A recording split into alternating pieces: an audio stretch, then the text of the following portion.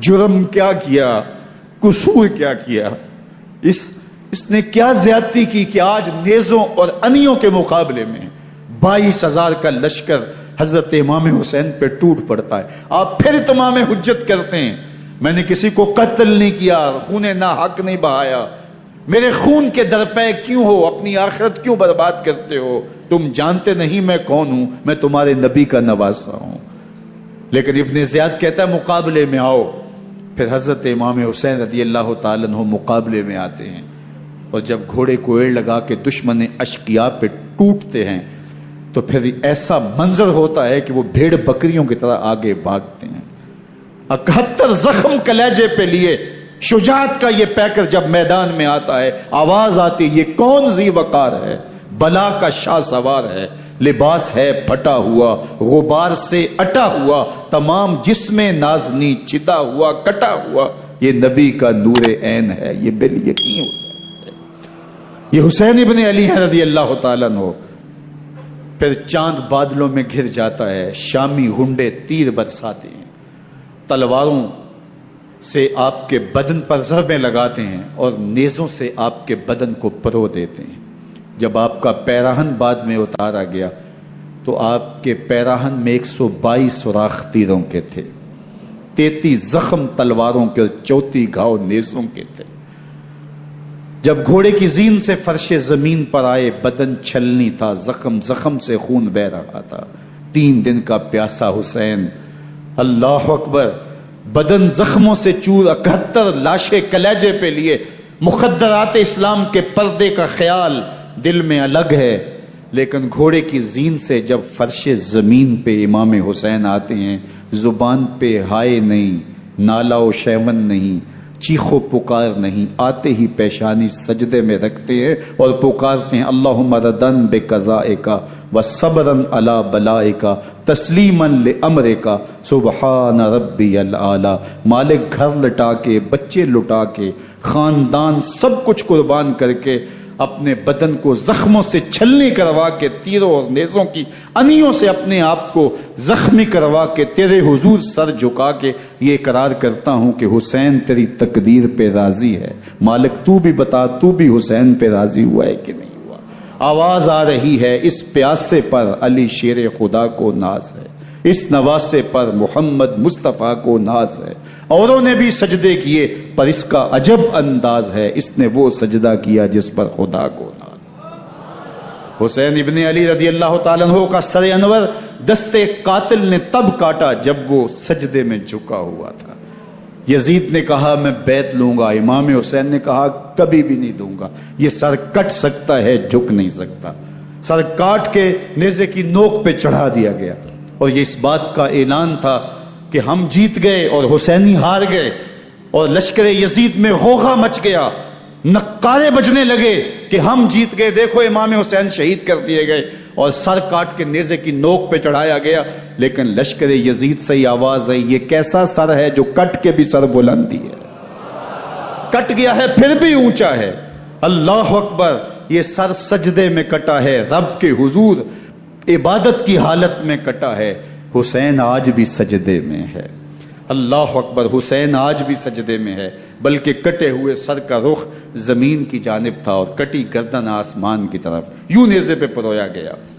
اللہ اکبر. ایک شاعر نے نقشہ کھینچا بآں کے سر نیزے پہ اور سوئے زمیں ہے روح، یعنی سجدہ ثانی کی ہے آرزو. رکعت کے 2 سجدے ہوتے ہیں، ابھی ایک سجدہ ہوا تھا کہ دستے قاتل نے سر کاٹ دیا. کہا حسین کی پیشانی میں دوسرے سجدے کی تمنا مچل رہی. یہ تھا حسین ابن علی کا سجدہ. ساری زندگی رب کے حضور سجدہ قضا نہیں ہونے دیا. آج پانی نہیں ہے، اللہ اکبر، آج تیمم کر لیتے ہیں. آج اپنے خون کو اوڑھ کر کے حسین نے اپنی پیشانی اپنے مالک کے حضور جھکا کر کے عظیمت کی وہ انوکھی داستان رقم کر دی کہ صدیاں گزرنے کے باوجود بھی ان کی یادوں کے چراغ روشن ہیں. جب حضرت امام حسین اور دوسرے آیان و انصار کو شہید کر دیا گیا تو ان کے سر نیزوں کی نوک پہ چڑھا دیے گئے.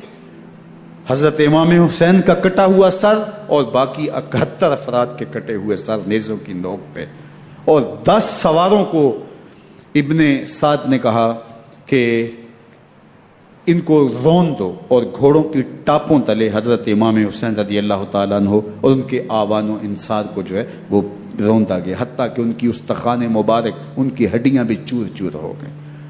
روننے سے قبل ان کا لباس اتار لیا، ان کے کپڑے اتار لیے گئے۔ اللہ اکبر، کیسی دردناک گھڑیاں تھیں۔ یزید کا صرف یہی بد کرداری کا مرحلہ نہیں تھا، اس کربلا کے صحرا کے اندر یزید نے جس طرح امام حسین رضی اللہ تعالیٰ عنہ کو شہید کیا اور حضرت امام حسین کے خاندان کو شہید کیا، جب مدینہ المنورہ پر یزید نے مسلم بن عقبہ کو مقرر کیا، جس کو بزرگوں نے مصرف بن عقبہ کہا ہے، تو اس کو کہا 3 دن تک مدینے کا حرم تمہارے لیے حلال ہوگا، جو چاہو تم کرنا، اور شامی فوجوں کو اجازت ہوگی۔ تو وہاں بھی انہوں نے 10,000 تابعین اور 700 صحابہ کو شہید کیا۔ حضرت ابو سعید خدری رضی اللہ تعالیٰ عنہ گھر سے باہر نکلے، کافی بوڑھے ہو چکے تھے، تو انہوں نے حضرت ابو سعید خدری کو پکڑ لیا، کہا تم کون ہو؟ کہا مجھے ابو سعید خدری کہتے ہیں۔ تو کہا ہاں تمہارا نام سنا ہے، اور داڑھی سے پکڑ کے کھینچا اور کہا کہ ہے تمہارے پاس جو ہمیں دو؟ تو کہا کہ میرے پاس تو کچھ بھی نہیں، میں تو فقیر آدمی ہوں۔ تو ان کے گھر ان کو لے گئے، تو 2 کبوتر رکھے تھے حضرت ابو سعید خدری نے، تو وہ کبوتر لوٹ کے لے گئے۔ اللہ اکبر۔ حضرت ابن سنان رضی اللہ تعالیٰ عنہ کو، جو حضور کے علم بردار تھے فتح مکہ کے دن، ان کو ستو پہلے پلائے اور پھر ان کی گردن کاٹی گئی، اور کہا یہ ہے وہ ستو جو تم زندگی میں آخری بار پیو گے۔ ایک گھر میں داخل ہوئی شامی فوج، تو ایک خاتون کے ابھی بچہ پیدا ہوا تھا، اور قابلہ نے، دائیا نے، وہ بچہ ماں کی چھاتی پہ لٹایا، اور وہ ماں کا پہلا دودھ پی رہا تھا۔ تو یہ جا کے کہنے لگے نکالو تمہارے پاس جو کچھ ہے۔ تو اس خاتون نے کہا تم جانتے ہو یہ بچہ کون ہے؟ تو انہوں نے کہا ہم نہیں جانتے۔ کہا یہ حضرت ابن ابی کبشہ انماری رضی اللہ تعالیٰ عنہ کا بچہ ہے، اور یہ وہ صحابی ہیں کہ جو بیت الشجرہ کے موقع پہ حضور کے ہاتھ پہ بیعت کرتے ہیں۔ انہوں نے اس چیز کا لحاظ نہ کیا کہ جو کچھ ہے وہ ہمیں دو، ورنہ تیرے بچے کو نہیں چھوڑیں گے۔ تو ماں بچے سے مخاطب ہو کے کہتی ہے، ابھی بچہ پیدا ہوا ہے اور ماں سے پہلا دودھ پی رہا ہے، کہ بیٹے اگر میرے پاس کچھ ہوتا، وہ قیمتی سے قیمتی چیز بھی ہوتی، تیری جان کے لیے قربان کرتی، لیکن اس وقت میرے پاس کچھ ہے نہیں۔ تو ایک شکی آگے بڑھا اور بچے کو ایک ٹانگ سے پکڑ کے کھینچ کے دیوار کے ساتھ پٹک کے مارا، جس سے دماغ کا بھیجا نکل گیا۔ کیا کیا زیادتیاں نہیں کی۔ 700 صحابہ حرہ کے واقعہ میں شہید کیے یزید نے، اور 10,000 تابعین شہید کیے۔ مسجد نبوی میں ممبر رسول کے ساتھ گھوڑے باندھے، اور وہ ممبر رسول اور مصلی رسول کے قریب لید کرتے رہے۔ حضرت سید عبد المسیب فرماتے ہیں میں نابینا تھا اور حضور کے روضہ انور کے پاس بیٹھا تھا، اور یزید کے سپاہی آتے، جو بھی مسجد میں نظر آتا پکڑ کے لے جاتے، مجھے نابینا سمجھ کے چھوڑ دیتے، لیکن میں پریشان تھا کہ ظہر کا وقت ہوگا، عصر کا وقت ہوگا، مغرب عشاء کا وقت ہوگا، نہ اذان، نہ اقامت، نہ جماعت، تو کیسے مجھے پتہ چلے گا کہ نماز کا وقت ہو گیا، اور کیسی میری نمازوں کا کیا بنے گا؟ میں اس فکر میں بیٹھا تھا۔ لم ازل اسمع الاذان والاقامت من قبر رسول اللہ صلی اللہ علیہ وآلہ وسلم۔ فرماتے ہیں جب بھی پھر نماز کا وقت آیا، گنبد خضرا سے اذان کی بھی آواز آئی، اقامت کی بھی آواز آئی۔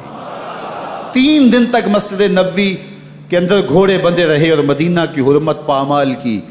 مدینہ کے گھروں کے اندر یہ بدکماش داخل ہوئے، اور جو بدکاریاں انہوں نے کی کلیجہ منہ کو آتا ہے۔ 1002 شیزائیں ان بدکاروں کی بدکاریوں کی وجہ سے کواری حالت کے اندر حاملہ ہوئی۔ 3 دن تک مدینے کا حرم انہوں نے پامال کیا، اور پھر مکہ المکرمہ میں کعبۃ اللہ پر گولے برسائے، اور کعبہ کا غلاف جل گیا۔ وہ تو یزید مر گیا، اور حضرت عبداللہ ابن زبیر رضی اللہ تعالیٰ عنہ نے اپنی خلافت کا اعلان کیا۔ یزید کے یہ کرتوت تھے، ادھر اہل مدینہ کو ستایا، ادھر اہل مکہ کو ستایا، اور رسول اللہ صلی اللہ علیہ وسلم کے خانوادے کی بے حرمتی اور توہین کی۔ نہ صرف انہیں قتل کیا گیا، ان کی لاشوں پہ گھوڑے دوڑائے۔ ابن سعد اور شمر جو ہے وہ خیموں میں داخل ہوا، اور مخدرات اسلام کی چادریں چھیننے کی کوشش کی۔ حضرت زینب سلام اللہ علیہ نے مخاطب ہو کے کہا ہمارے چہرے کے رکھوالے چلے گئے ہیں، ظالم تو خیال نہیں کرتا ہم رسول اللہ کی بیٹیاں ہیں،